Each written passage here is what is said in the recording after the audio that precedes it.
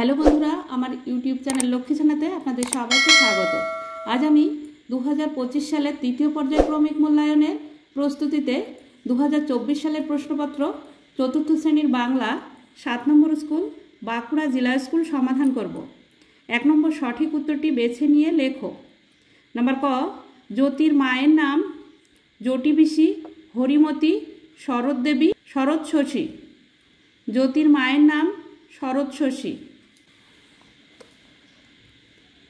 জ্যোতির মায়ের নাম শরৎ শশী।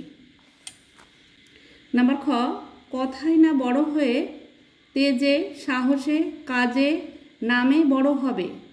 কাজে বড় হবে। নাম্বার খ, কথায় না বড় হয়ে কাজে বড় হবে।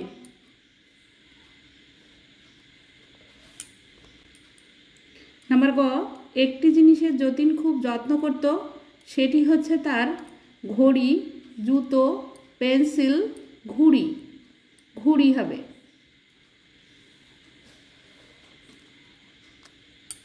একটি জিনিসের যতীন খুব যত্ন করত, সেটি হচ্ছে তার ঘুড়ি। নাম্বার ঘ, স্থির করে পা দুটো ও মনটা দাঁড়াতে পারো তো 10, 12, কয়েক, 2-1 ঘন্টা। 12 ঘন্টা।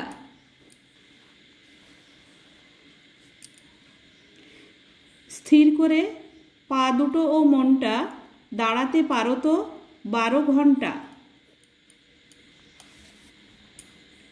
নাম্বার ঙ, ড্যাশ যে ঝিমায় আকাশ কোণে। চাঁদ, তারা, সূর্যি, সন্ধ্যা তারা। চাঁদ। চাঁদ যে ঝিমায় আকাশ কোণে। চাঁদ যে ঝিমায় আকাশ কোণে। নাম্বার চ, সেবারে বর্ষাকালে পিংলা নদীতে আমরা দেখেছিলাম মোট 7টা, 8টা, 5টা, 10টা শুশুক আর একটা কুমির। 7টা শুশুক আর একটা কুমির। সেবারে বর্ষাকালে পিংলা নদীতে আমরা দেখেছিলাম মোট 7টা শুশুক আর একটা কুমির। নাম্বার ছ, ফুটফুটে জ্যোৎস্নায় জেগে শুনি বিছানায় রোশনাই রোজ নয় বিছনায়। বিছানায়। ফুটফুটে জ্যোৎস্নায় জেগে শুনি বিছানায়। নাম্বার বর্গের জ, মায়াদ্বীপে মাথা উঁচু করে থাকে কলা গাছ, তাল গাছ, শিমুল গাছ, নারকেল গাছ। শিমুল গাছ।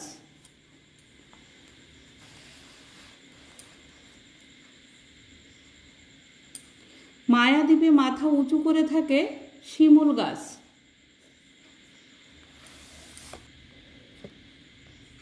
নাম্বার ঝ, যতীনের চটি লাগে প্রতি মাসে 1 পাটি, প্রতি বছর 2 জোড়া, প্রতি মাসে 1 জোড়া, প্রতি বছর 1 জোড়া। প্রতি মাসে 1 জোড়া। যতীনের চটি লাগে প্রতি মাসে 1 জোড়া।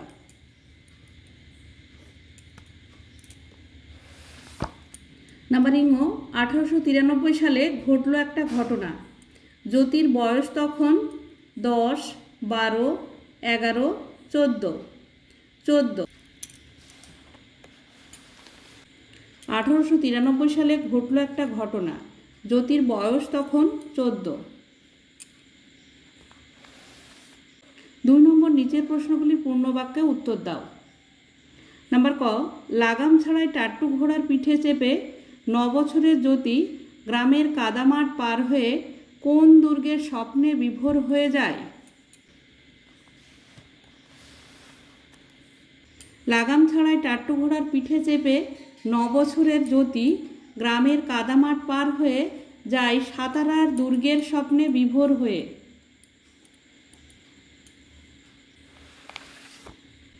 নাম্বার খ, যতীন কখন রান্নাঘরে গিয়ে উৎপাত করত? ঘুড়ি ছিঁড়ে গেলে যতীন রান্নাঘরে গিয়ে উৎপাত করত।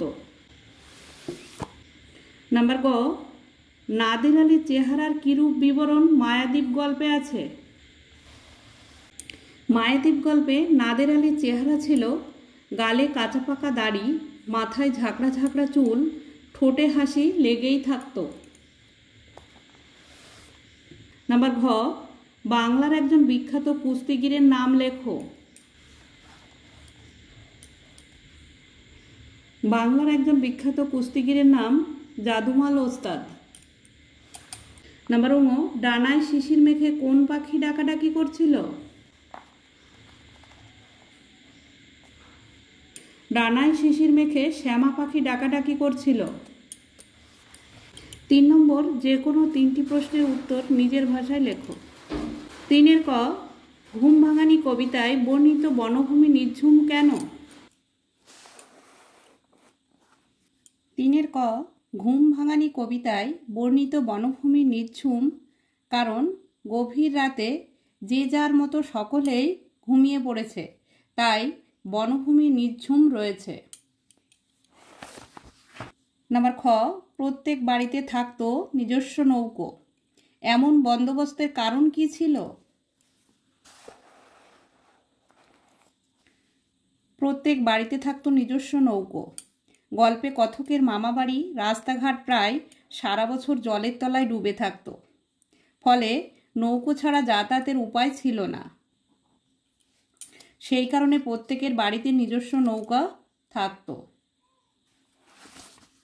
নাম্বার গ, ভাত খাওয়ার প্রসঙ্গে কবি পাথর চিবানোর অভ্যেস আছে কিনা তা জানতে চেয়েছেন কেন?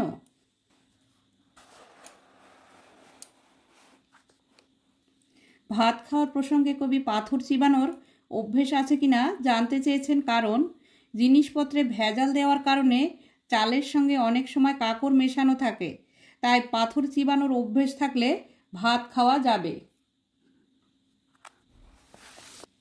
নাম্বার ঘ, চটি যতীনকে মুচিদের কাছে নিয়ে গিয়েছিল কেন?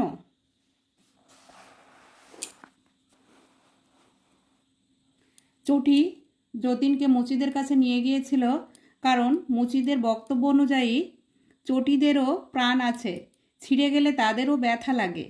সিঁড়ি দিয়ে দুধদাড় ওঠানামা করলে ছেঁড়া চটি ও যন্ত্রণাকাতর হয়, এই কারণেই চটি জোড়া যতীনকে মুচিদের কাছে নিয়ে গিয়েছিল। নাম্বার ঙ, কথায় না বড় হয়ে কাজে বড় হবে বলতে কবি কি বোঝাতে চেয়েছেন? কথায় না বড় হয়ে কাজে বড় হবে আলোচ্য পংক্তিটির মাধ্যমে কবি বোঝাতে চেয়েছেন যে দেশের ছেলেরা যেন শুধু কথাবার্তার মাধ্যমে নিজেদের জাহির না করে, কাজের মাধ্যমে নিজেদের প্রতিভা বিকশিত করে। কথার ফুলঝুরি ছুটিয়ে নিজেকে প্রতিভাধর বা ক্ষমতাবান বলার কোনো কৃতিত্ব নেই, মানুষের কাজই তার প্রকৃত পরিচয়। 4 নম্বর, উপযুক্ত স্থানে জ্যোতিচিহ্ন বসাও। নাম্বার ক, রাবেয়া, রত্না, শুভ্র, কৌশিকার প্রবাল দার্জিলিংয়ে যাবে। নাম্বার খ, সহজ পাঠ আর বর্ণপরিচয় শিশুদের অবশ্যই পড়া উচিত। রাবেয়া, রত্না, শুভ্র, কৌশিকার প্রবাল দার্জিলিংয়ে যাবে। শেষে দাঁড়ি হবে রাবেয়ার পরে কমা, রত্নার পরে কমা, শুভ্রর পরে কমা। নাম্বার খ, সহজ পাঠ আর বর্ণ পরিচয়, এখানে কমা হবে শিশুদের অবশ্যই পড়া উচিত, এখানে দাঁড়ি হবে। 5 নম্বর, প্রতিশব্দ লেখো 2টি করে। নাম্বার ক, পৃথিবী। নাম্বার খ, বাগান। পৃথিবী, ধরা, ধরিত্রী, বসুধা। বাগান, উদ্যান, কানন। 6 নম্বর, কর্তা, কর্ম ও ক্রিয়া নির্ণয় করো। নাম্বার ক, মামা একটা টাটু ঘোড়া কিনে দিলেন। নাম্বার খ, আমাদের দেশে হবে সেই ছেলে কবে।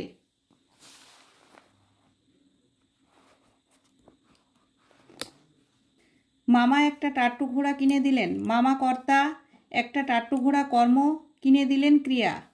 আমাদের দেশে হবে সেই ছেলে কবে। আমাদের কর্তা, হবে ক্রিয়া, সেই ছেলে কর্ম।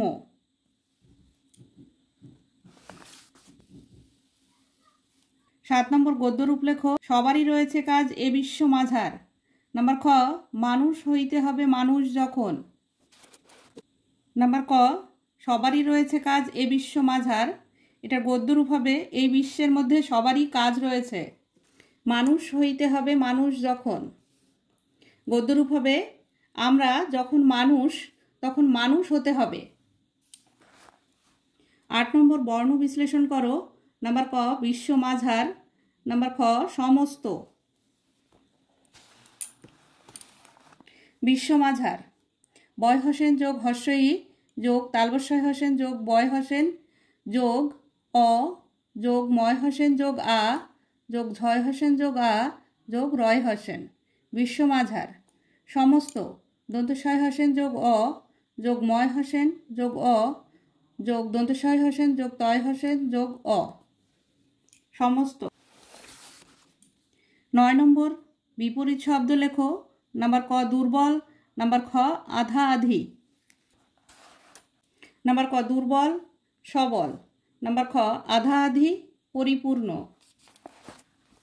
10 নম্বর, এলোমেলো বর্ণগুলি সাজিয়ে শব্দ গঠন করো। নাম্বার ক, এটা হবে ভ্যাবা চাকা। নাম্বার খ, এটা হবে আধা আধি। এই যে ভ্যাবা চাকা ও আধা আধি। নাম্বার 11, শব্দার্থ লেখো। নাম্বার ক, পণ। নাম্বার খ, জোড়া তাড়া। পণ, পণ মানে প্রতিজ্ঞা বা শপথ। নাম্বার খ, জোড়া তাড়া মানে গোজামিল। 12 নম্বর, শব্দযুগলের অর্থ পার্থক্য দেখাও। নাম্বার ক, তালবস্যয়াকার পসাপ, দন্তস্বয়াকার পসাপ। নাম্বার খ, তয়াকার ডয়বিন্দু রয়াকার তারা, তয়াকার রয়াকার তারা। তালবস্যয়াকার পসাপ, সাপ মানে অভিশাপ। দন্তস্বয়াকার পসাপ, সাপ মানে সর্প। তয়াকার ডয়বিন্দু রয়াকার তারা, তারা মানে ব্যস্ততা। তয়াকার রয়াকার তারা, তারা মানে নক্ষত্র বিশেষ। 13 নম্বর, বাক্যে কোন ভাব প্রকাশ পেয়েছে লেখো। নাম্বার ক, কি যে ভালো লাগতো। নাম্বার খ, যা চশমাটা কোথায় গেল।